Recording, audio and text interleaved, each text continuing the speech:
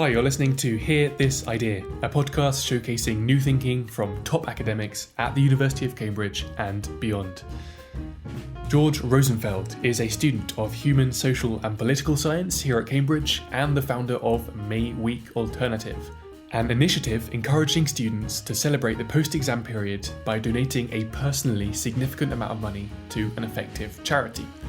After the donations period, they host a summer party to mark their collective impact. It's not just about the numbers, although they are impressive.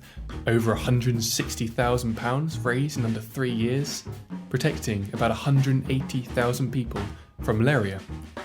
Crucially, May Week Alternative is also about long-term attitude change and rethinking models of student charity fundraising. This is our longest episode so far, and we covered a lot of ground. If you're interested in starting a charitable movement, or in how to use your career or time to do more good, then I hope you'll find this especially useful. We talk about George's inspiration for starting May Week Alternative, and what he's learned about growing and sustaining a student-based charity. We discuss the psychology of what gets people to join the movement and donate their own money, and the myths and misperceptions surrounding what it means to have a positive impact, as well as the most credible ways to do so, and a lot more besides. We mentioned effective altruism a couple of times in this conversation, so I should explain what it is now, and hopefully at some point we'll be able to do a full podcast on it. So effective altruism is a fairly recent social movement and kind of broad set of philosophical ideas that emphasises using reason and evidence to find out how we can use our resources to help others the most. So rather than doing just what feels right, it's about using careful and impartial analysis to find those very best causes to work on. But it's no use answering these questions if you don't act on them. So effective altruism is also about following through and being generous with your time and your money to do the most good you can. So here's George Rosenfeld. My name is George Rosenfeld. I am a third year at Cambridge and I study HSPS, which is basically politics. I used to study Arabic and Russian for 2 years, and then I switched, so it's my first year in politics. Okay, and we're going to be talking about May Week Alternative, but very briefly, can you just explain what it's about and how it started? Sure. So I think the context for May Week Alternative, you need to be able to describe May Week particularly for your listeners who are not in Cambridge. May Week is the week of celebration which happens after our exams are finished here in Cambridge.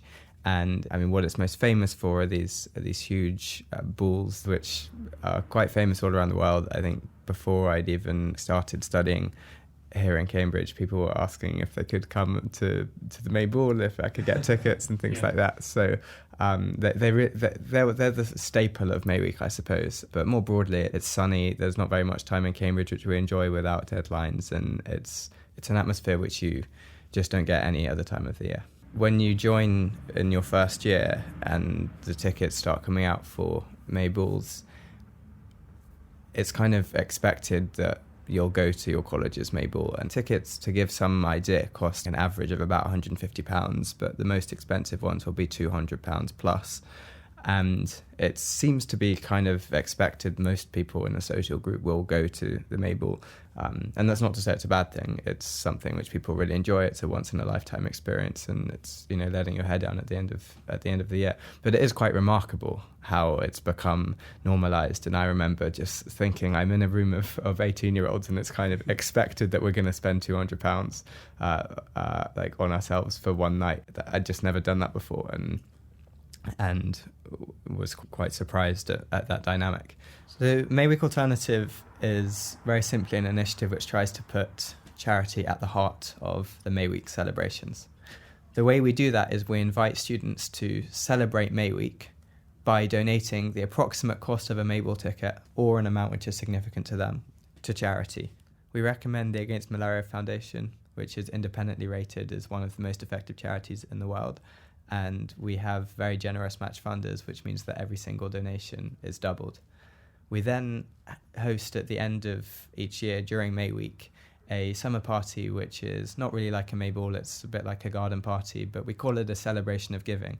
And it's a time for lots of the people who've donated to come together and to celebrate May Week, to celebrate the end of exams, but also to reflect together as a community on that collective impact. It's really important to us that the donation isn't seen as a kind of ticket to the party, that we're inviting people to celebrate May Week by making a significant donation, and then like some of those people come along to celebrate that at the end and to reflect on that in the summer party. And I guess it's also worth pointing out that summer party, none of the money that gets raised for donation goes to that summer party. That is itself independently funded through sponsorships or donations from businesses. 100%. So often the models of charity balls normally is that you'd kind of say have a ticket price of £40, and then whatever isn't spent on the party would then go to charity, some kind of profit model. For us, because as I said, it's celebrating through giving,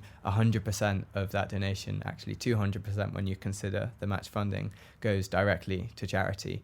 And then that the party is a celebration of that. It's a reflection of the collective impact, but that comes entirely separately. It's put on, we have a starting budget of nothing, and then we have support from colleges and local companies who allow us to put that on to bring everyone together.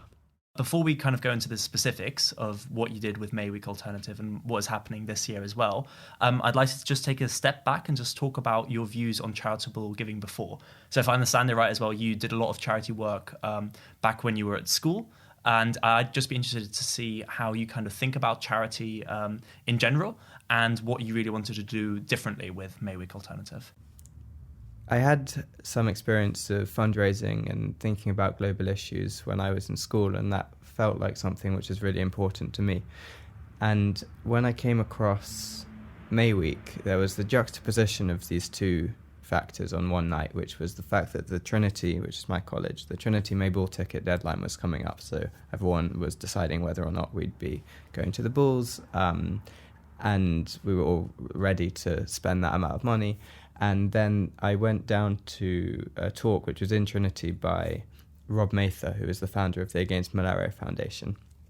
And this is a remarkable charity which has been rated independently as one of the most effective charities in the world. And I remember hearing him talk about the huge impact that just a small donation could have with his charity through what he'd managed to set up. And then obviously comparing that to the amount of money which myself and all of my friends were about to spend on the May Ball tickets.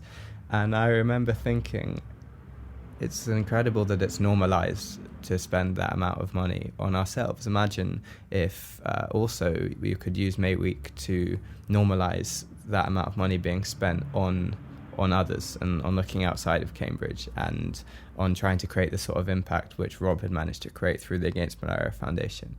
And I was sitting there listening to his talk, and I was kind of desperate. I was loving it, but I was desperate for it to finish because I had this idea and I wanted to turn around to the people sitting next to me and say, should we do this? Yeah, so one way charities get people to give is by making us feel bad. We might see upsetting images. There might be kind of desperate pleas in times of need, this kind of thing. And it's possible to get people to give over money for a feeling of guilt, or maybe shame, or maybe a kind of sense of obligation that isn't too exciting. But you had an idea that you might be able to frame charity in another, more positive way. Can you just explain that? Yeah, I think this doesn't apply to all charity, but there's definitely been a trend, and it's been picked up by the media, that a lot of charity, particularly around the developing world, is framed a lot around making people feel guilty.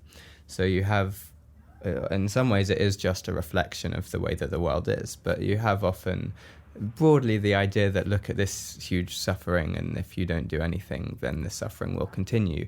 And you see pictures of babies who are dying or who are malnourished, or of refugees. And when you see that sort of imagery and that sort of appeal, it does tug at the heartstrings, and it makes us feel quite guilty about the fact that we are in a position where we don't have to worry about those sorts of things, and that such a small amount of money relative to our lives can make such a fundamental difference relative to the lives of others.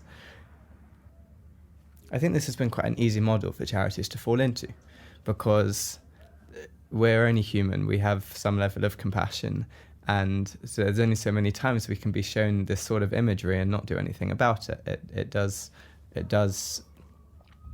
cause us to act, and it does invite us to do something about it. But I'm not sure that this is a very effective way of getting people to embrace giving and getting people to embrace this having this positive impact, because that experience of giving through guilt is fundamentally quite a negative one. So I think what's really interesting is that there might be like a case to be made that like different emotions or different feelings should be triggered like in different situations.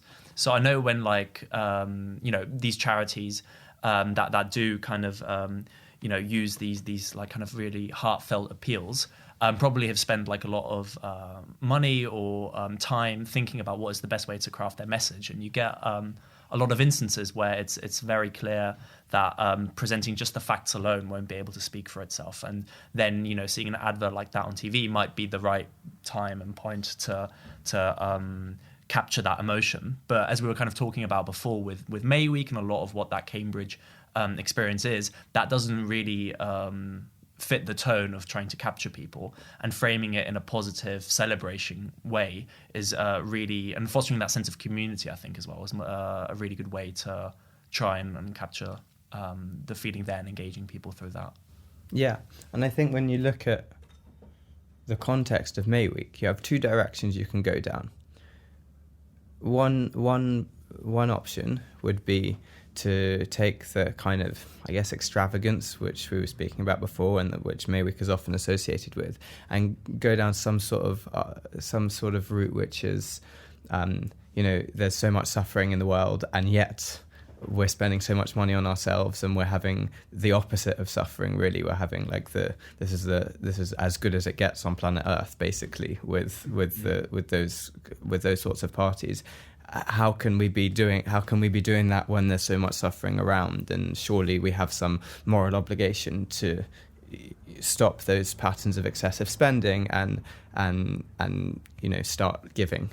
And that would be one argument which you would go down, which I think is that's clearly trying to make people feel guilty. That's clearly trying to make people feel bad about the lives which they enjoy in the global context, and yes, I think there's something which is more effective, more inspiring within the context of May Week, which is to say that this is this period of celebration, and there is something to celebrate about huge positive impact, about the fact that lots and lots of good can be done because we have the solutions to a lot of very serious problems. And so trying to frame that act of giving as going hand in hand with the celebrations of May Week. And that's what May Week Alternative's all about. It's not only about trying to raise as much money as we can during May Week, but it's about trying to use the celebratory context of May Week to change the way that people think about giving. It's interesting within that context to look at how the business world tries to get us to do things or buy particular products, because they know the power of positive framing. If you look at the last advert you saw for, a pair of trainers, for example, they don't try to tell you that, like, if you don't buy those trainers, then you're going to be morbidly obese and have like a 20% higher chance of dying. They try and paint a picture of the positive, often unrealistic, like, athlete which you would become if you did buy those trainers. And I think that this is kind of common sense in business advertising, and it doesn't really have a parallel. The common sense in charity advertising is probably the opposite to that. It's not focusing so much on the positive effects. It's focusing more on kind of what will happen if you don't, or what the problem is. And that can be focusing on the problem, particularly when you're looking at the huge scale of problems which charities are trying to deal with can be really paralyzing for people.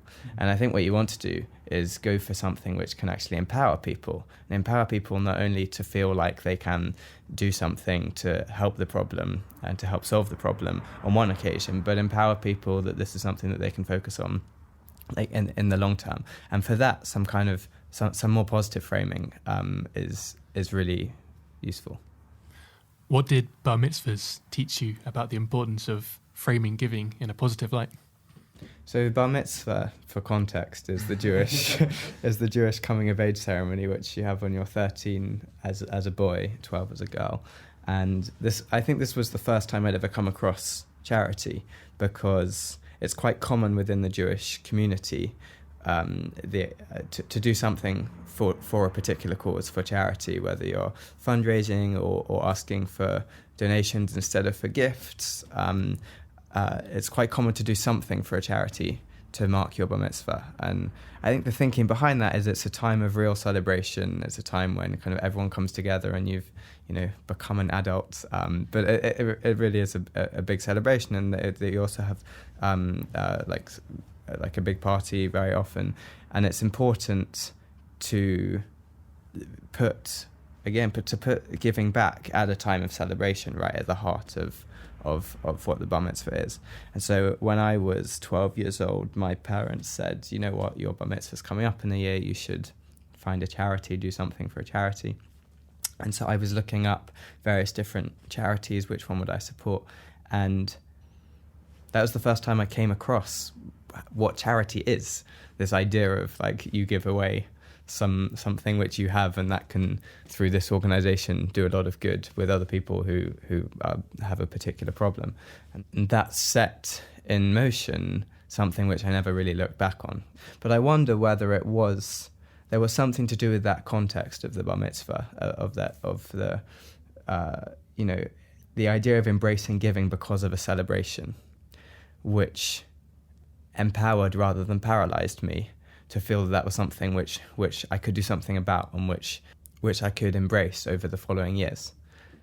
I had that background in charity and in fundraising during my teenage years at school. So when I came to university, it was obviously something which I was looking at getting involved in.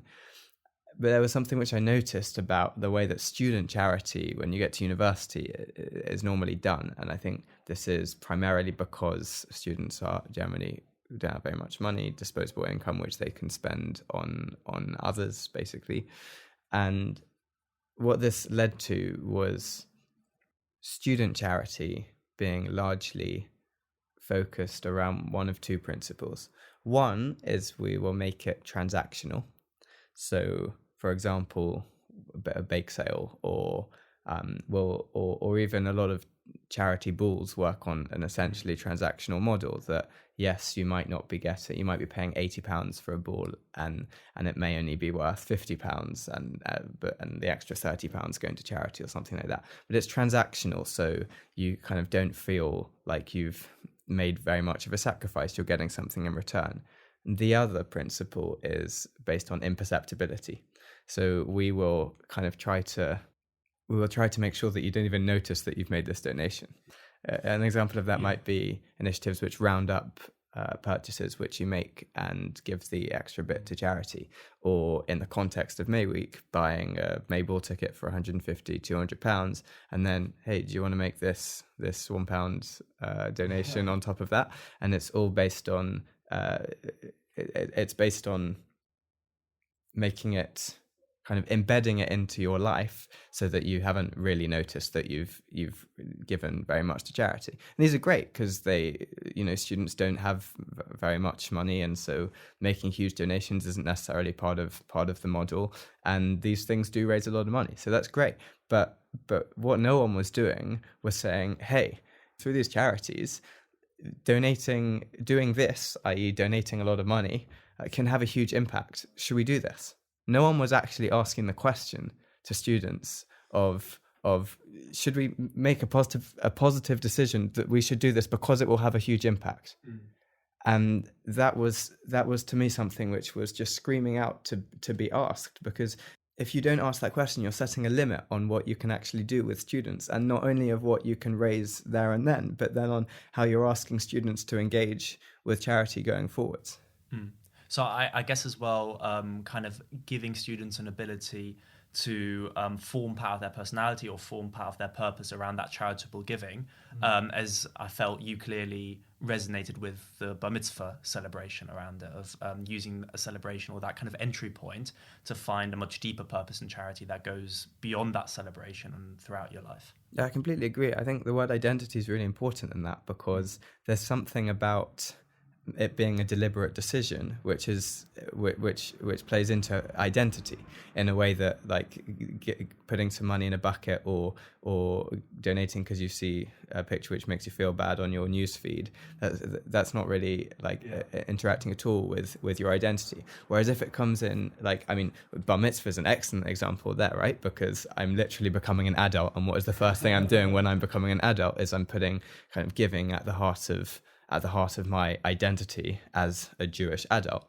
And so I think there is something about it being a deliberate and conscious. This is why we want students to be making a significant donation, so it's a deliberate and conscious decision. There's something about that process which then makes it more a part of someone's identity, and which potentially means that can be taken forwards. So it's possible to get people to give money to charity by invoking like a sense of guilt, by making people feel conflicted, maybe approaching them on the street and explaining some terrible state of affairs to them. But you're saying if you've only ever given to charity because you felt bad about something, or because it's been made so invisible that it kind of felt like you're not really making much of a sacrifice at all, then what's your attitude to charity when you live out the rest of your life? Well, it's not part of your identity, and it's not a habit. It's just something that, unfortunately, you have to do because you're kind of obliged to do it when you feel bad about things. And the idea is now, if you make giving a significant amount of money or making a significant sacrifice for a charity, if you make that a free, conscious decision that no one's forced you to do, but you're doing because it's a good thing and you're celebrating that fact, then that can build habits which carry out over the rest of our lives. And ultimately, those kind of habits will make more of a difference than the kind of particular one-off instances of getting people to hand over like 2 or 3 quid because they feel bad if they don't. You're showing me up. Just the one thing to say to that is, I don't know whether it does mean that more money is given over a course of a lifetime, because, you know, guilt can be pretty effective as a mechanism, and you know, people do just continue to give when this kind of stimulus is thrown at them. But that's, what you described is definitely the model, that there's at least a chance that people can embrace it without that external stimulus, and maybe do so on a greater level than that guilt would have encouraged them to do otherwise. Yeah, I guess just anecdotally, there are people who give like a significant sum of their money on a kind of recurring basis to charity, and if you ask those people why they do it, they'll very rarely say they do it out of a sense of guilt, because they don't have to do it at all, right? They're doing it because they just know the good effects it's likely to have, and they feel good about it. So it sounds like you're onto something here. And that, to me, was one of the things which had to be changed about student charity. Or there had to be something which was focusing on what students would do in the future. Because if you look at university campuses, what's the main impact that charity campaigns are going to have? It's very unlikely to be the money which they can get from students when we're on student loans and when we're studying. It's much more likely, even if it only changes a percentage of like 1% of future donations, that's much more likely to be the impact which is coming out of student charity. And so for me, I just didn't see how the current models of student charity were putting any focus on developing a lasting, a lifetime attitude towards giving, which was positive and which was likely to make people more philanthropic, more likely to make impact-based decisions when they're thinking about their career or other key things which are going to come up in their lives. But I guess what's interesting to kind of point out there as well is that that party and the act of giving itself, whilst interlinked through that idea of community, is very much not that kind of transaction that we were kind of talking about before. Do you want to talk a bit about the distinction there? Yeah, I think that's spot on. And I think we're probably the only committee in Cambridge who organises an event but is quite happy when we actually get a low percentage of turnout, because it means that the people who are donating, people who are choosing to celebrate through giving, are actually understanding what we're about and how it's completely within the framework of what we're trying to do, that you could make that significant donation and then not be able to come to the event or not turn up, because it's not meant to be seen as a ticket. It's meant to be as a time for people to come together and to reflect on that collective impact, and to talk to other people who've done the same thing, and to create something out of what would otherwise be like a very individual experience. Normally the donation's made like in your room, and so to bring those people together and to try and it's also a mechanism for us to try and develop those long-term positive attitudes towards giving. One person said that when you go to a May ball, because of the amount of money you've spent on that ticket, you feel like you have to be eating, drinking or dancing the whole time in order to get your money's worth. And you can turn up to May Week Alternative like 2-3 hours late and you've already got your money's worth long before you came, because that's the decision was to celebrate by having a positive impact. So when did you first have that idea? What's the date? The date was February the 20th, 2018. Okay. So that was just under 2 years ago. Okay. And totaling over those 3 money-raising periods, roughly how much money have you raised? About £140,000. That's not pocket change. It's not pocket change, and it's not pocket change when you look at it collectively, but also it's been a significant donation, every single person who's joined. We talk a lot about how much the movement has grown in terms of the number of students who have joined. We've now had more than 500 students who have, over the past few years, who have joined. But actually, when you look at that number, the reason we've got to that number is not actually the number of students, it's the average donation of each student. Because normally with student charity, you can raise £5-10 per student, maybe £20 on a good day if you're offering something particularly nice in return. But May Week Alternative has had, the average student has donated more than £80 over the past few years. We have match funding as well, which obviously makes that impact even bigger of each individual donation. But it's the fact that students are donating so much, which means that even at the stages where we had relatively modest numbers of students joining, we were still raising as much as movements and initiatives which had thousands of students on board. So one thing I kind of think would be interesting to unpack as well is, because we've talked a lot about identity and community, how that social movement kind of grows in like a university environment. Because I imagine at the start it begins with, because you set this up very independently. It starts off with you and your friends, but has now spread to every college and is actually spreading to other places as well. If you would kind of like to talk about the kind of network effects that you see, or how you can kind of facilitate the movement of growing. Yeah, this is what I've learned most about through this process, because you constantly have to remind yourself that what students are doing here, even when 500 students have done it, is not something which students do generally. And as you rightly said, you start off with an idea and you're one person. So I came out of the talk about the Against Malaria Foundation, and I had this idea that students could donate the cost of a May ball ticket and get nothing of equal value or anywhere near equal value in return, and that would just be one of the ways that we were celebrating May Week. And it's unsurprising that people just didn't say yes at the beginning. Like if I knock on your door and say, "Hey Luca, hey Finn, I've got this idea. We're gonna donate £150 or something, a really significant donation, more than you've ever donated before. We're going to donate it to charity because May Week, because that's the way that we're going to be celebrating May Week." I wouldn't expect looking back that the first people would have said yes. And it took a week of asking everyone I came across before the first person said yes. So I think it's really interesting to place all of this within that context of it being something which you shouldn't expect people to say yes to, because it's not like what we normally do. It's not the way we normally engage with charity. And this is, if spending that money on May ball tickets is normalized, then this is the opposite of that.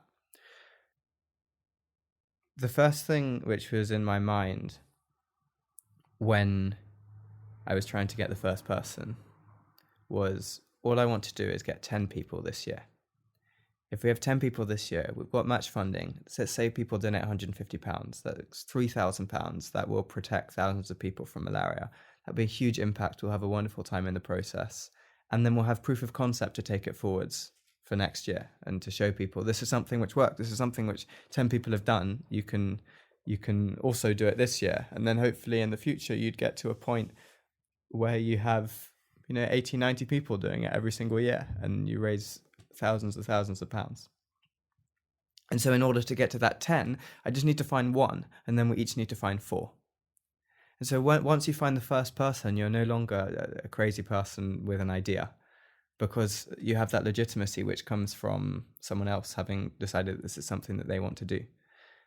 And I've learned that so much of building a social movement, and particularly one which is predicated on an ask, which is never going to lend itself to being a mass movement overnight, is about that legitimacy, and is about, because the idea hasn't changed, but people's receptiveness to it has changed hugely, has been transformed, such that even it took a week to get the first person at the start. At some point since then, it seemed that all we've had to do is say, look how many other people are doing this, and people say, yeah, it makes sense. And that's what changes it from at the beginning being a nice idea, but it's not something people actually do. I don't think I'll do it, to yeah, obviously that's a great idea. I can't believe that people weren't doing this before. And that's all because of those social dynamics of people joining, and it's a process of social norms, I guess, which we've been trying to work on. I started this off by saying that what if you could normalize huge donations in the way that paying large amounts of money for a May ball ticket had become normalized? And so that's the process we've been trying to work on. So you might find this surprising, that just the fact that other people are doing this makes you more likely to do it, but surely the only reasons you'd have for doing it are the effects that money would have and whether or not you're going to enjoy the celebration at the end as well. So do you have some explanation or story for why this works? It certainly has taught me, and I've since become very interested in the field of psychology and behavioral psychology, moral psychology. It's taught me, it's been a very clear example of how we are not rational agents, and we don't necessarily make all our decisions based purely on the pros and cons of a particular idea, or just based on the facts or what we would consider to be relevant information. What I've noticed in having conversations with people from the start is that at the beginning, when you've just got an idea, there's a lot of scrutiny which people will kind of apply to the idea. They want to test, where are the weak points, like this seems sensible, but have you considered this, or have you considered this? And so it took at the beginning several conversations before someone would want to join. I think it's perhaps a heuristic that people use, like a mental shortcut which people use, that if so many other people have done this, it can't possibly be a bad idea. I think we know from history that's not necessarily true, but if so many people have already joined this, then they must have thought about it in the past, or I don't need to apply so much thought to whether or not this is a good idea, because it is just something which people do. And in a sense, that's kind of scary, because it shows how maybe ideas which are dangerous, or ideas which aren't having a positive impact, can take hold as soon as they gather enough early momentum. But it can also be really powerful in positive directions, which we've seen with May Week Alternative as well. I think another interesting thing to kind of point out as well is how the committee or the movement has really embraced this kind of social and like peer element of it as well, through like college rep schemes or through other things, where you're really explicitly trying to create that community amongst kind of already established friendship groups and stuff. Do you want to elaborate about that? Yeah, I think that because of the nature of the ask, the fact that this is something very significant, we, compared to other charity initiatives, we can't convince people as easily just off the back of seeing something on Facebook, on their Facebook feed. You know, it often requires, I said at the beginning, it required several conversations with each person, but even now it requires a little bit more engagement. And that also speaks to the fact that what we're asking people to do is something which is a deliberate and conscious act, which is donating more than they've donated before. And this often means that they need to be able to speak to other people and to make that decision, to go through the process. There are obviously some people with whom it clicks immediately, but and that's a growing proportion of people as the movement grows, for the reasons of social norms and normalization, which I was describing earlier. But for us, it has been important to have conversations with people for them to join. And one thing which has been interesting is the ways that entire social groups have joined. So, for example, there were people who in year one, we maybe got one person through a conversation to join. And then when it got to year two, suddenly their whole flat was coming, or their whole house, or their whole social group was coming because of the effect it had had on them. And then those people bring their own friends in the following year. And that's been something which we've seen quite a lot, is people joining and then the following year bringing their friends. And that's been the way that it's spread. A particularly salient example of the scrutiny which people apply depending on how many people have joined, or the previous success which an idea or an initiative has had, was in the context of trying to set this up in Oxford, because there you had something which was really quite a good comparison, because very few people in Oxford know about it, almost no one, except for people who are friends with people who are very involved in Cambridge. And so in that sense, you have an almost equivalent situation. Oxford's very similar to Cambridge, and it's very similar to the initial situation when we were trying to set it up for the first time here in Cambridge. Because you're going to people who haven't heard of it before with a brand new idea. Can you do this in Oxford? Now, even though Oxford don't have May Week, so it has to, the idea doesn't fit as nicely as it did in the context of Cambridge. Just the fact that we could show how well it had worked in Cambridge meant that people said, yeah, if it works in Cambridge, it's going to work in Oxford, and didn't ask quite so many questions. And it kind of, people were much more willing to run with the idea and to believe that it was something that they could do, having seen that it could work, even though that was in a completely different place. Do you think there's something special about the university setting? Because you might say, look, all your friends are in the same place. It's really easy to have lots of face-to-face conversations about this. On the other hand, really high turnover of students. Most people are only here for 3, maybe 4 years before they leave again. That might undermine the momentum, the sustainability of this kind of movement. Yeah. Would this kind of thing work outside a university? Well, even particularly a campus university as well, or a closed city university. When we're talking about normalization, social normalization, university is a fascinating environment because it's almost like a closed bubble.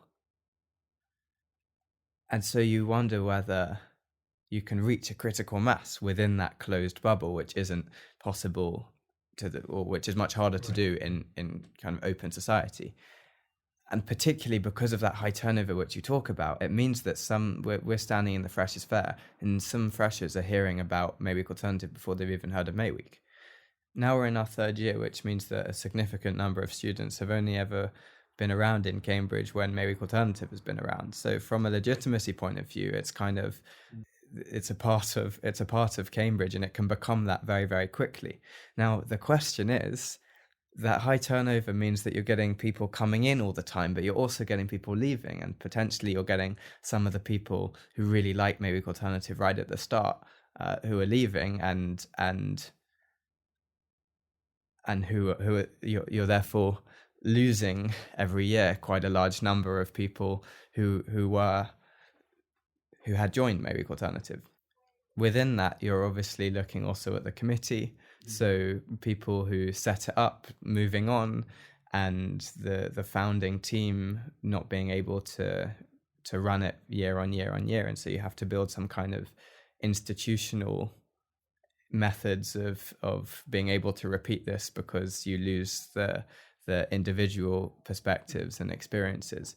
But I think that from a perspective of social norms, the university is a fascinating example, because what we've noticed is that within certain groups or segments of Cambridge's of Cambridge life, you're sometimes able to reach a critical mass, which means that far more people will join.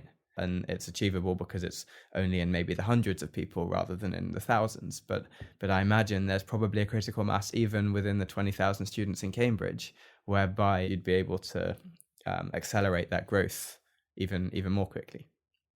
So one other area that I want to get into is the idea of deadlines and what kind of role that has played in as well. Because one thing that you could say is, this idea sounds great, but why don't you have it all year round, where people can donate from the very start at university, or even up until the very day before the celebration happens? But that's not what May Week Alternative does. There's a very closed window where you can donate. Do you care to elaborate about that? There are a couple of reasons why this works really well.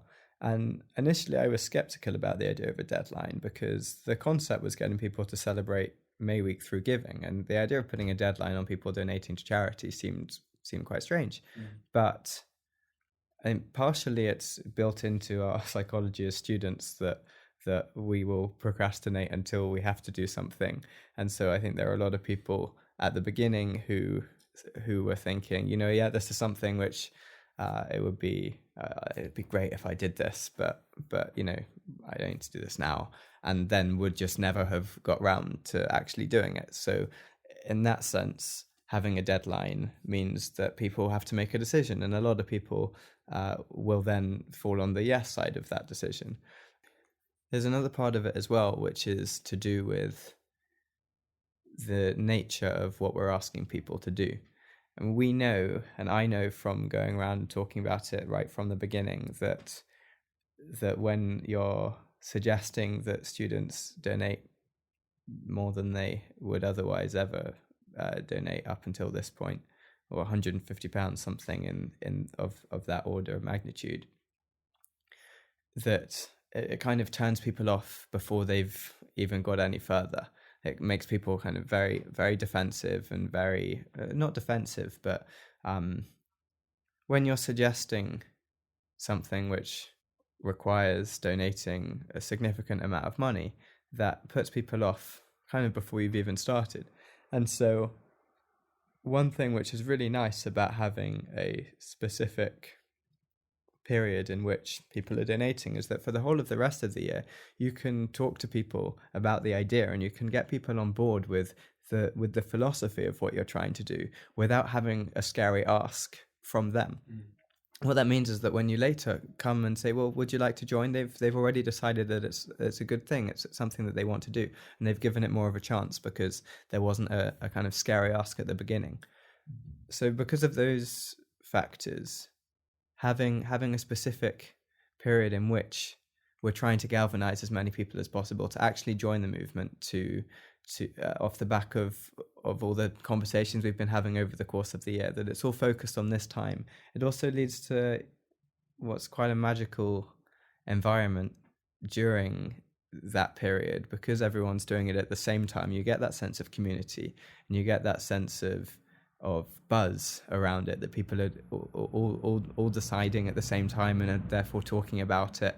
And I mean, if you look at the lead up to the deadlines over the past few years, the number of students who have joined in those last 48 hours is it's been kind of magical to continue refreshing the page and see student after student after student, see that page going up by thousands and thousands, and understanding that behind that is kind of a cascade of students who are making the biggest donation of their lives and deciding to embrace giving at the heart of May Week, which has never really been about that.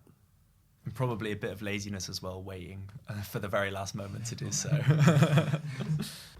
Is there something about the anchoring effect as well? When you mention how much students are like perfectly happy to go along with paying for a May ball, about £150, suddenly becomes less outrageous to ask for a similar amount of money to give to charity.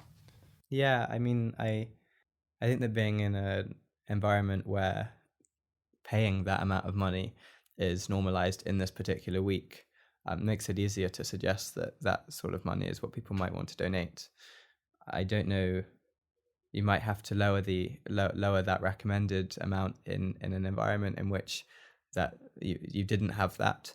But actually, one thing which we've noticed is that, and this is what we're trying to do in terms of changing long-term attitudes towards giving. So we've noticed that people have joined one year and maybe not felt comfortable to donate £150 and have donated maybe £50 or £60 or £80 or £40, but have then joined and been a part. Often they've come to the event during May Week as well, and they've seen that lots of other people have made this positive decision. They've maybe had a positive experience themselves, and then have gone on in a future year to donate much more money, to donate, for example, the full £150.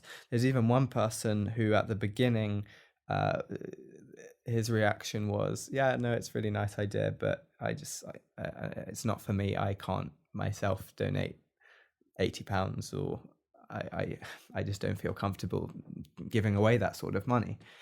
And this year he was saying that even the £150 donation no longer felt actually significant to him, and he wanted to donate even more. So we've seen those individual transformations which have come through joining and through being a part of that community, and perhaps taking on the idea of embracing giving as a part of their internal identity as well. Do you think luck played any role in this early success of MWA? Yeah, hugely. I think so. I described that process of trying to get the first person to join, and there's always, at that time it wasn't a successful initiative. Nobody had joined. It was me, and so to take an extreme, if no one had joined within a year, I probably would have stopped asking people before. Yeah, I don't know when that point would have been, but it was vital for the movement to actually take off that one of the people who I'd happened to ask, and this was obviously, this was sometimes just who I happened to be sitting next to at dinner in hall, it required that one of those people early enough would be one of the early adopters. Because if that hadn't happened, it wouldn't have got anywhere. As I said, there are plenty of people who would join once 500 people have already joined, and there are probably only a handful of people around Cambridge who would be the first person to say that they would join. So it was, a lot of it was down to luck that I found one of those people early enough before I decided that I was never going to find anyone. That's also speaks to the importance of finding who your early adopters are going to be, particularly when your ask is a significant one, and when there are only a specific group of people who might be your early adopters. So perhaps going to people who are already somewhat closer to these conclusions than the average person might be, and for whom it wouldn't necessarily be such a leap, and you try to get those people on board, and then that makes it easier for other people for whom it's maybe a little bit harder to then join, because they don't have to necessarily be the first people who are coming on board. So finding those early adopters, those people who are going to say yes right from the start, is vital, because it allows you to access those other people who would only join once a few other people have made that decision. One thing which we spoke about last year as a committee was about noticing the positive changes in the students who we were speaking to in the conversations. And the reason that was important was because even after our first year we had 40 students joining, we raised £12,000. That's a huge success for what we were trying to do. But bear in mind that was still like 90% of the conversations we were having were ending up in people not joining. And that could feel often, quite demoralizing.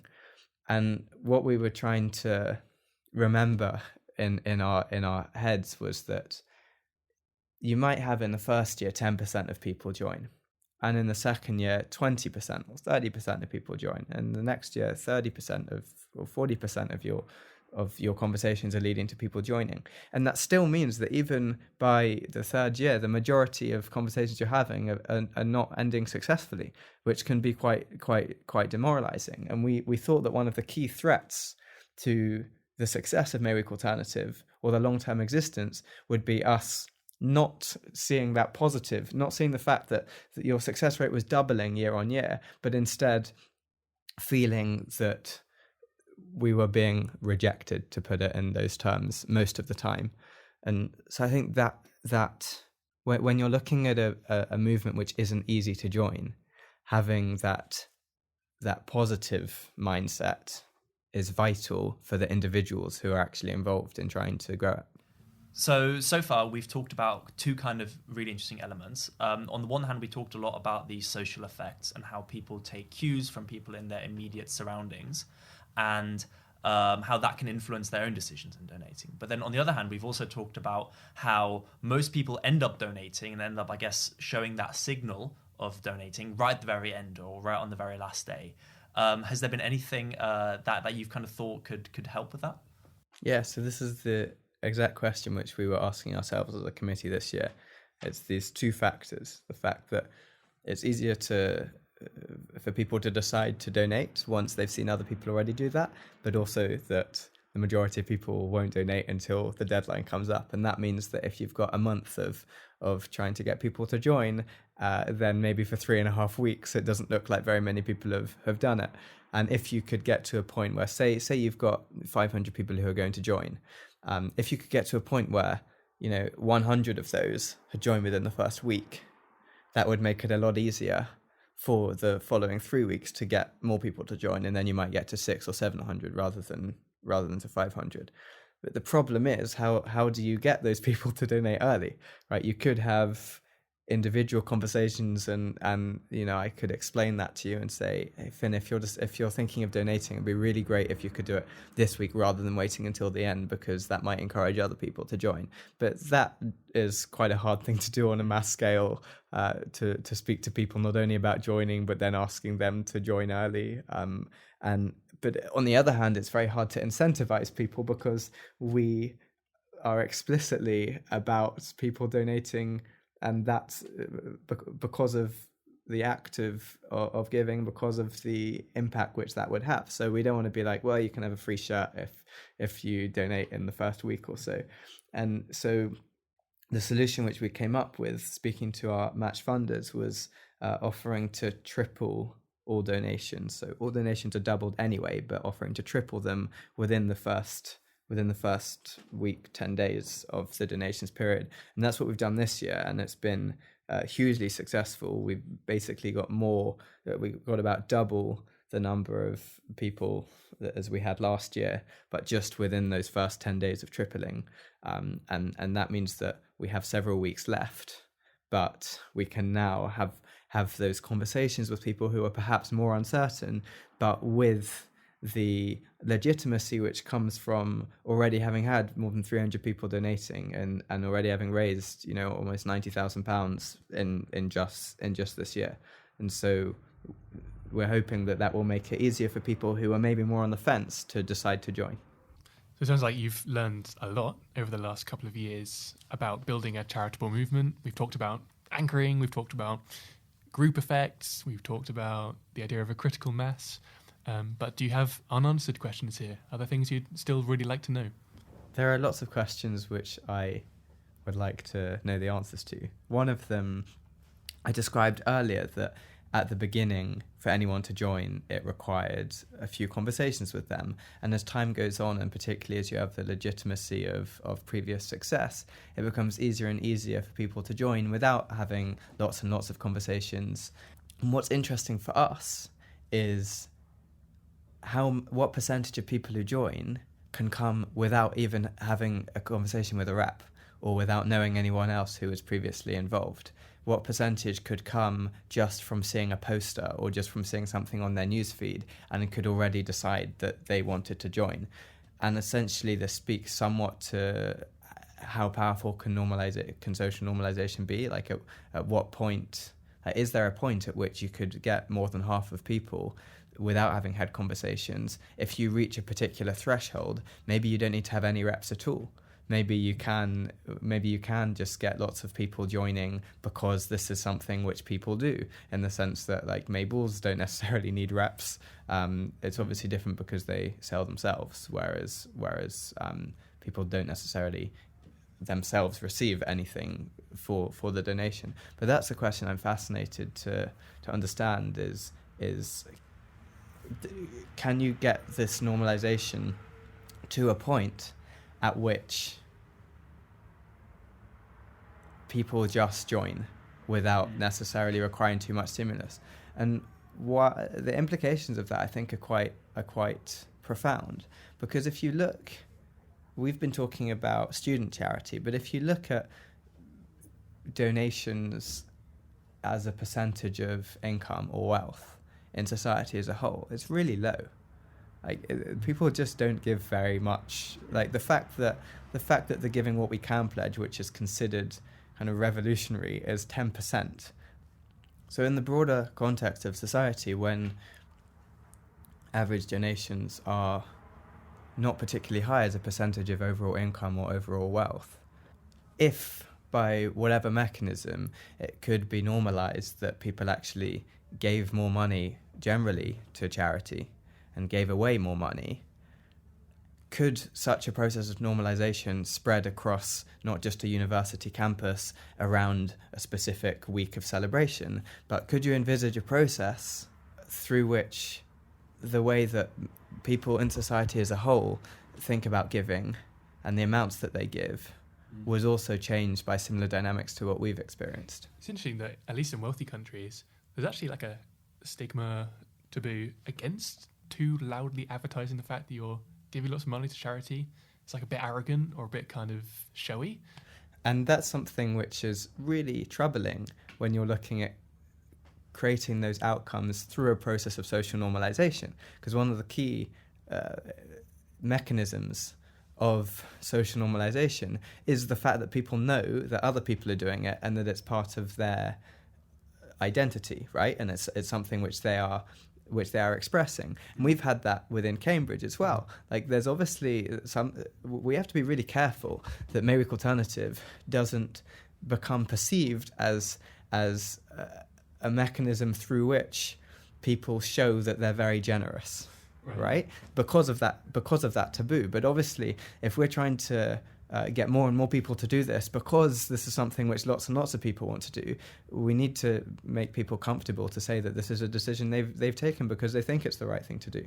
And so that taboo is potentially a barrier, because people aren't necessarily, there's that stigma around saying I've donated this amount of money to charity, or I've made a significant donation, or I'm celebrating May Week through giving, because that's seen as virtue signalling. That makes it maybe more difficult to spread the movement through a process of social normalization. Sure, but in the long term, nowadays it's probably less objectionable to like buy a really flashy Rolex because you're the kind of person who likes flashy gadgets than to spend an equivalent amount of money on charity and tell your friends about that. I mean, you'd sound more arrogant in the second case, which is kind of possibly surprising, right?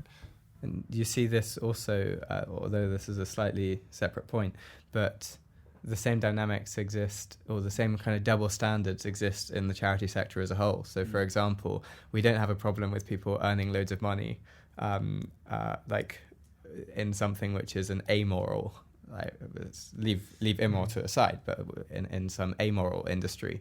But we seem to have some aversion to people who are working in the do-good industry, in the charity industry, who are earning a lot of money. There's one other question I'd really like to know the answer to in the context of May Week Alternative, which is that it's quite clear to see the impact of the concept and the way that we frame the concept in terms of directly how much money are we raising. We can see that students are donating more through May Week Alternative than in other charity initiatives, that we're raising more than you'd be expected to raise. We can see that side of it, and we can very easily quantify how much impact we're having through the money which we're raising directly. However, the other part of it is about changing the way that students think about giving in the long term, and that's much harder to quantify. We have some data, for example, people who joined last year, how much did they donate then, and how much are they donating in a subsequent year in those cases where they perhaps didn't donate as much as other people, or didn't feel so comfortable to do that, maybe going through that process of actually making the donation and feeling that they had a positive experience made it easier for them to make a bigger donation the following year, and that perhaps speaks to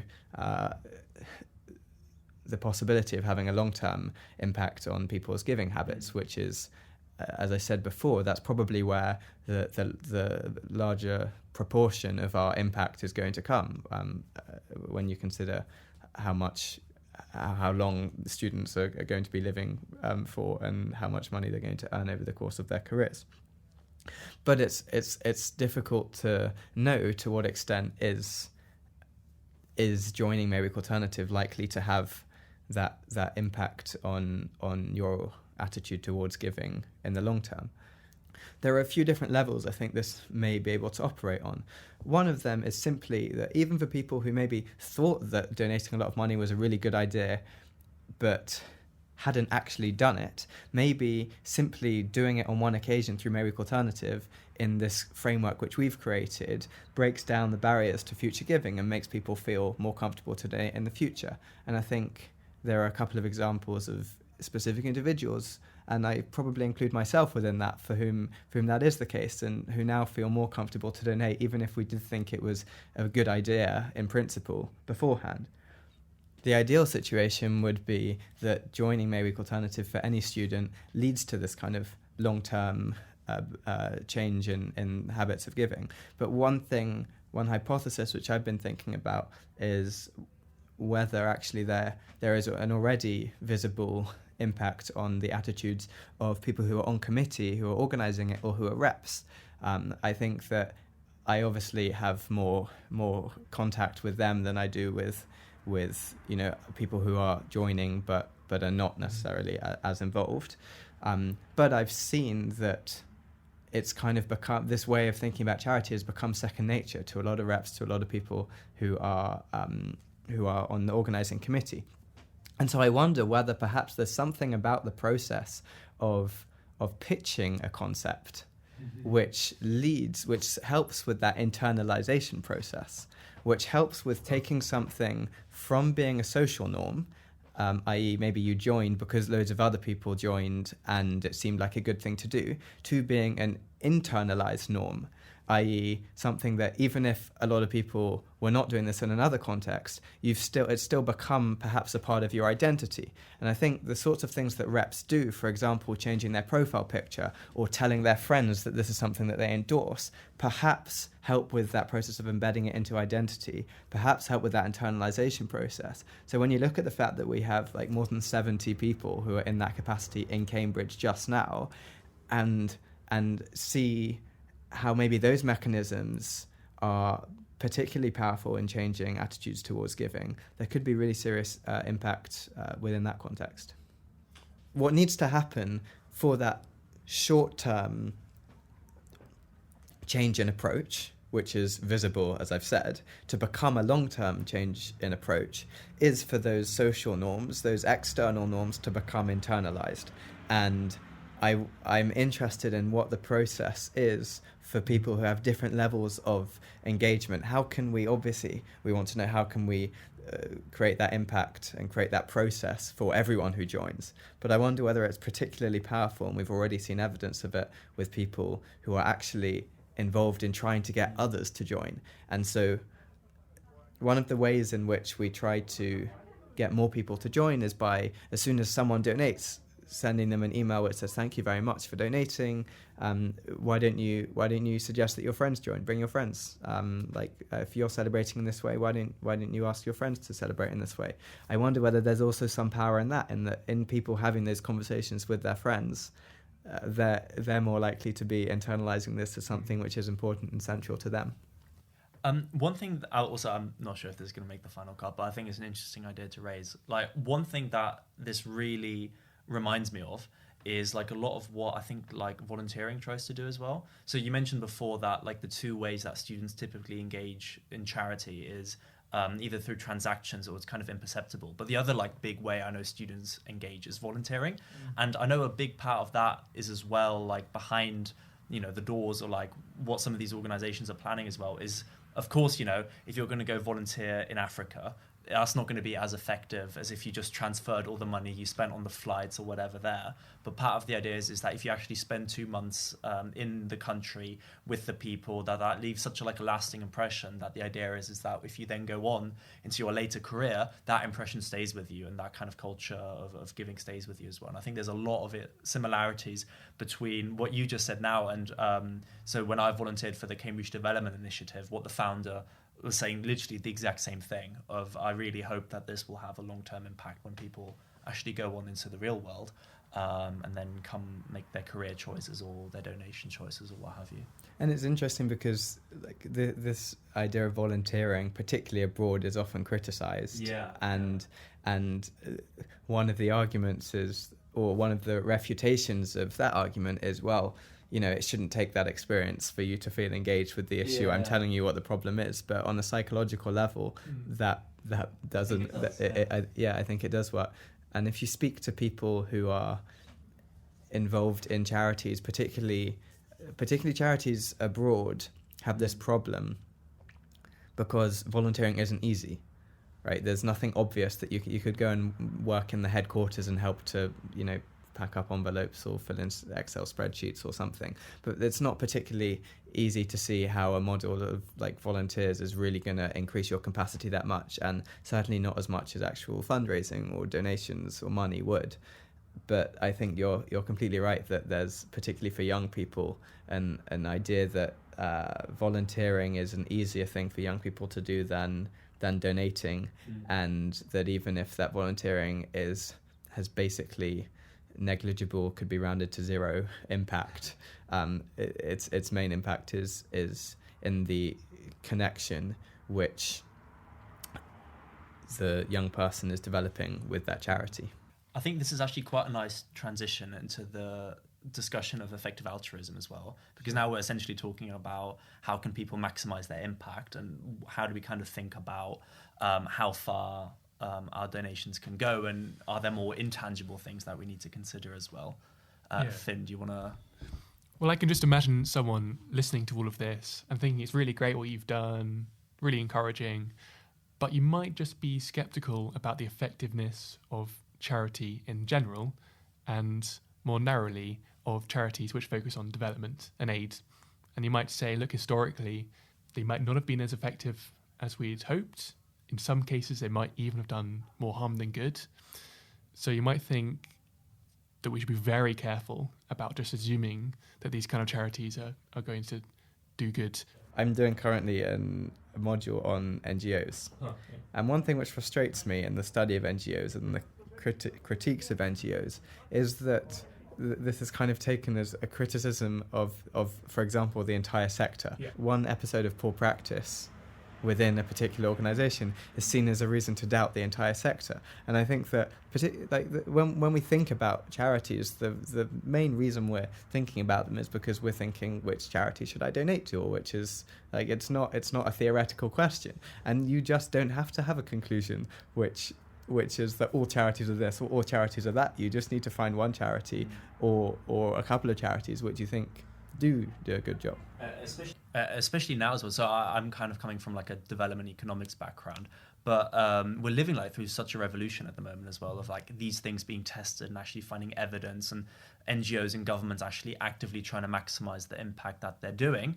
And one big result of it really being that it's highly dependent on context, and it's really hard to actually find what is the most impactful thing in this very specific scenario.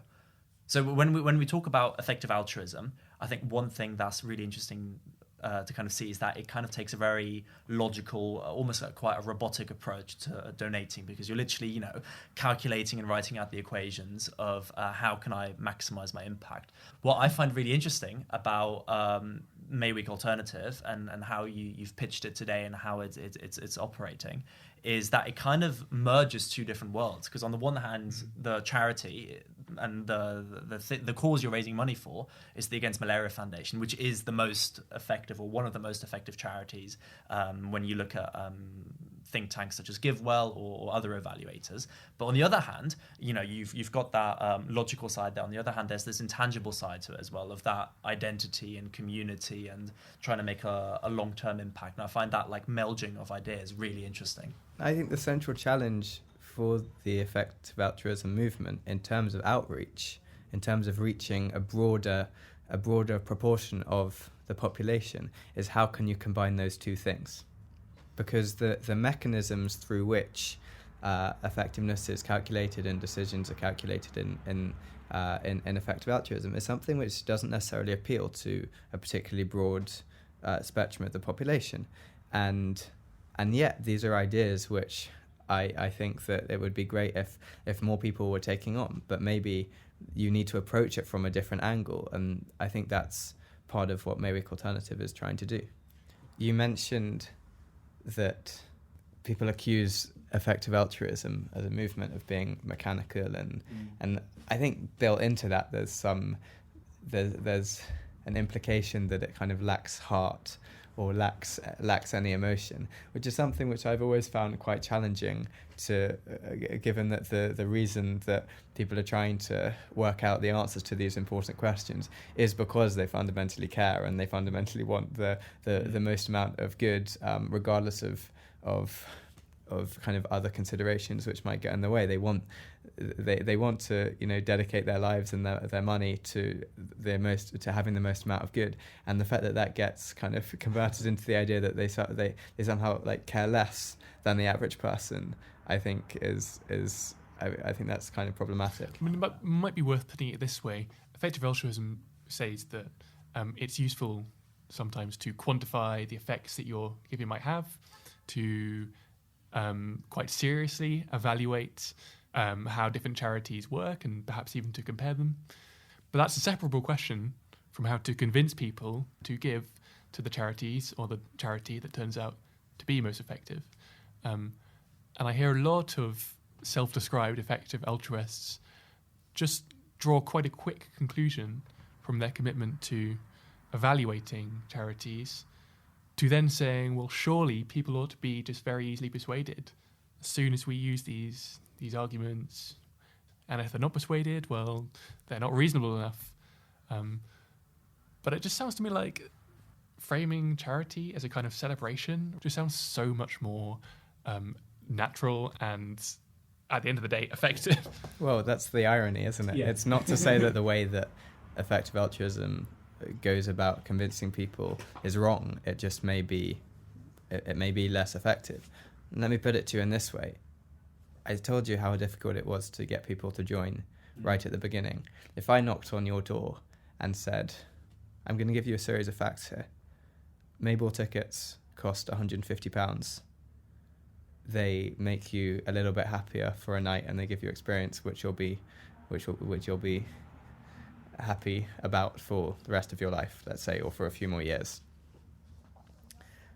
The same amount of money could lead to 170, 180 people being protected from malaria.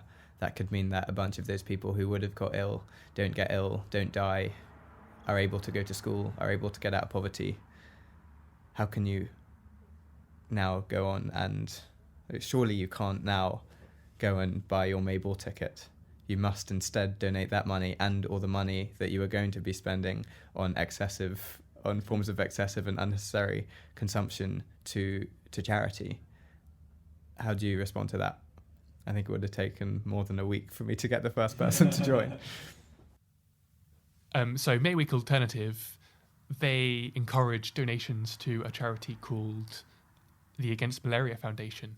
Could you explain what they do? Yeah, so the Against Malaria Foundation, it's important firstly to say that we recommend the Against Malaria Foundation, but you could probably notice from the concept that it doesn't necessarily rely on malaria specifically. So it's about celebrating through giving, and if people particularly would like to donate to a different charity, then that's we still welcome that. But we recommend the Against Malaria Foundation because the Against Malaria Foundation has a very simple mission, and it's it's very effective in the way that it goes about this, and it's to stop people from contracting malaria, to stop people from dying from malaria. 400,000 people die every year from malaria, and the tragedy is that this is entirely preventable. We know that putting people under a mosquito net, a bed net, as they sleep, drastically reduces the chances that they'll be bitten by a mosquito, that they'll contract malaria, and yet and these are also very cheap to install and to buy, and yet very many people still die from this because they are in a malaria zone but don't have that protection. So the Against Malaria Foundation makes a huge difference towards those people's lives. In the areas it's worked, the instances of malaria have dropped, and we have that data for the places where for the distributions which our fundraising has funded. We have the data on how many of those malaria nets are still up after several months down the line, and how are they affecting, how are they stopping people from becoming ill with and dying from malaria. And so I think that it's like a hugely important issue, but the fundamental reason why we recommend that over other charities is because it's independently rated as one of the most effective charities in the world, and that's you come to that by making some assumptions about what you'd like to maximize. So, for example, years of healthy life, and this intervention is understood for that every pound can do that better than through other organizations, and often by many orders of magnitude. And it's really important to us that we're making this recommendation, because when we're inviting students to make a really significant donation, we have a responsibility to make sure that we've done our homework and that this is going to do the most good possible. We're often approached by people working for various different charities saying, "Oh, could you do it for us this year?" And these charities are doing really good work, and they're solving important problems, and they're helping people in lots of different and important ways. But to be honest, if we're recommending that people are making such a big donation to a charity, and then they ask, "Why have you recommended this charity?" I say, well, they arbitrarily emailed us, and so we thought that was the best place that we should give our money to. I wouldn't think that was a very rigorous recommendation, and I think that the idea of having as many years of healthy life is something which I think most people would agree with. I guess it's also just worth emphasising just how much the Against Malaria Foundation are able to do with that donation of £150, which you encourage. Could you just describe what £150 can make possible? Yeah, it's really remarkable. So we have match funding for every donation. So that means that £150 goes to £300, and that can protect more than 350 people from malaria. We were discussing earlier about how we find it easier to relate to a particular individual, particular story, and that's paradoxically maybe an issue which we have, because the impact is just so great that it's kind of not easy to focus on one particular individual, and there's the fact that each student who joins could protect 350 people from malaria, or their donation could help to do that, is really huge. And this has led to, in our first year when we had only 40 students, the amount of money which we raised was £12,000, and that was enough to protect a greater number of people than there are undergraduates in Cambridge, and that's with only 40 people joining. So there's a combination which is what I think is so impactful about May Week Alternative. There's a combination of the average amount that students are donating and the effectiveness of the intervention, the effectiveness of the charity which we're supporting, which means that the potential impact is just huge. We've now, in 3 years, we'll have protected more than 150,000 people. Wow. That's more than there are people in Cambridge. 150,000 people. Each of those individuals with the complexities of their lives, their futures, their desires. One person times 150,000. that's only with starting from nothing, and in less than 2 years. So if you consider the impact which would happen if you get 500, 700 people per year for a number of years, potentially going outside of Cambridge as well, the impact when you combine the framing and the cause selection is pretty remarkable. I'm interested to know, what advice might you offer to anyone who's listening to this and thinking about starting a similar kind of movement? I think there are three main things which I've learned, which I'd suggest that people consider. Is cause selection, considering the impact really carefully and measuring that, and also future planning. So to talk a little bit about all three of those. So cause selection, we've spoken before about trying to make sure that whichever charity that you're raising money for, raising awareness of, isn't necessarily chosen arbitrarily, but that you're really spending time thinking about that. And one thing which I notice is that in the context of setting up a fundraising initiative, I think, and we've discussed already the idea of making sure that you're giving to the right cause, that which cause you choose will be responsible for like above 90%, maybe above 99% of the impact of the overall initiative. And then if you look at the amount of time that people spend thinking about which cause, it's like less than 1% of the time that people spend on the initiative. So I think that making sure that you're working towards the right cause is hugely important, because that determines the vast majority of the impact of all the rest of the work that you're doing. So you need to get that right at the beginning. The second thing is also about impact, and this is something which I've noticed a lot is through this process, is that the things which people consider a success, and people in general consider a success about a movement, don't necessarily align with what may or may not be most impactful.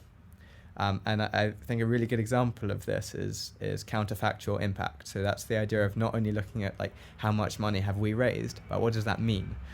That I think the relevant question is how much money have we raised compared to what would have been given if May Week Alternative didn't exist. I can give you a couple of examples where that's been really relevant. So for example, with the match funding, there are some people who might decide that this was a donation they were going to make, for example, to the Against Malaria Foundation anyway, and they want to make it through May Week Alternative, as it were, because that money would then be doubled by other match funders, and so their impact would be doubled.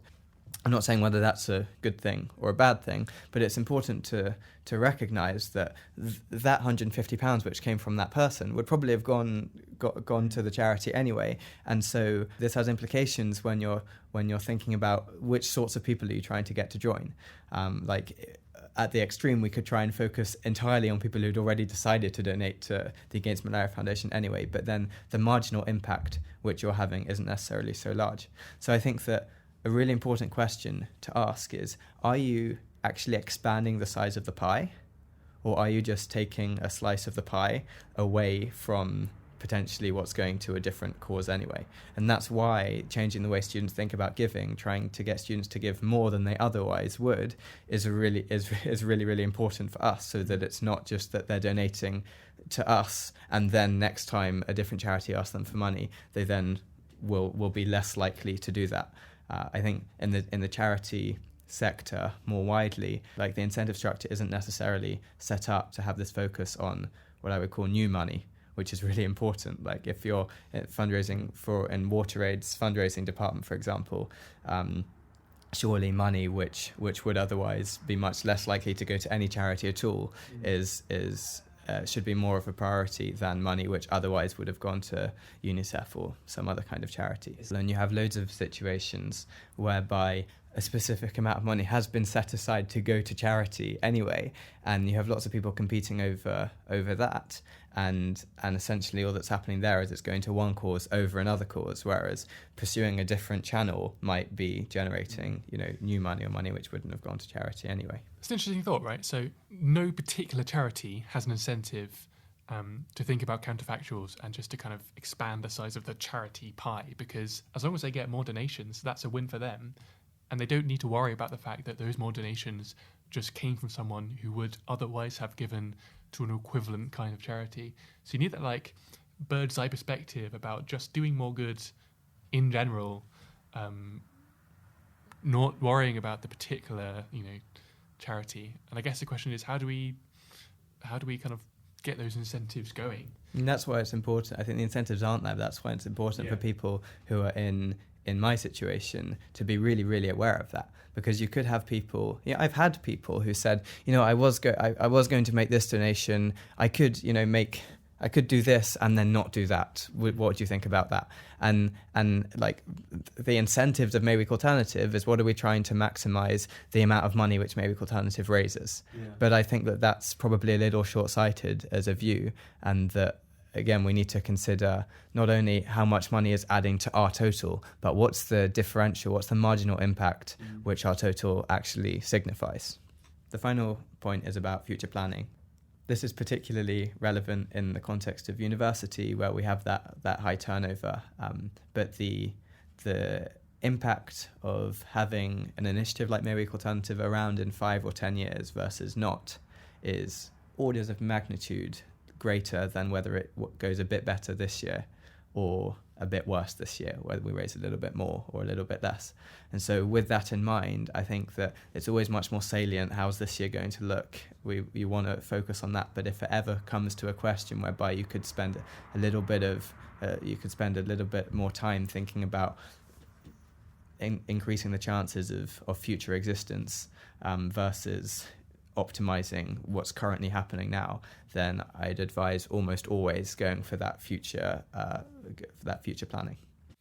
So now we've just got 2 last questions. The first one is, what's the biggest thing in having started this that you've changed your mind about? We discussed it a little bit earlier, but I'd say the main thing is, and I've learned this through being put in a lot of situations which have brought out this tension, but the amount of money that people raise, or that it looks like an initiative has raised, is not the same as the impact that initiative has had. And I think we often use it as a proxy, as a heuristic for impact, and we have to do our best to look beyond that and work out actually what is the marginal impact. Great. So the last question we ask everyone is, which 3 books or podcasts or papers would you recommend to anyone who's interested in finding out more? So it's funny that you asked that, because when we set up the committee this year, I did send a link to a few books which people could read over the summer, which were particularly relevant to different roles on the committee. I'd say the 3 I'd recommend are, which I'll describe a little bit, Doing Good Better by Will MacAskill. The podcast, it's the podcast which talks about a book of How Change Happens by Cass Sunstein, and you can find that podcast on the 80,000 Hours podcast. I guess we'll put a link in the description. And thirdly, Thinking Fast and Slow, for those who haven't read it, by Danny Kahneman, but also with the work that he did, based on the work that he did with Amos Tversky. So to take them one by one, Doing Good Better is, I think, a book which should be compulsory reading for anyone who is in the position where they're trying to work on anything which is having a positive impact, because what it does really well is it explains what are the questions which you need to ask if you want to have a positive impact, and it shows some of the questions which we think that we should be asking but which don't necessarily lead to the right answers. So part of that is giving advice on which causes, which charities specifically are likely to do the most good. That part of it is, how could we have a career which has the most impact? Is working for a charity necessarily the most impactful thing that we can do? He argues that it isn't, and that there are other more impactful paths which we could pursue.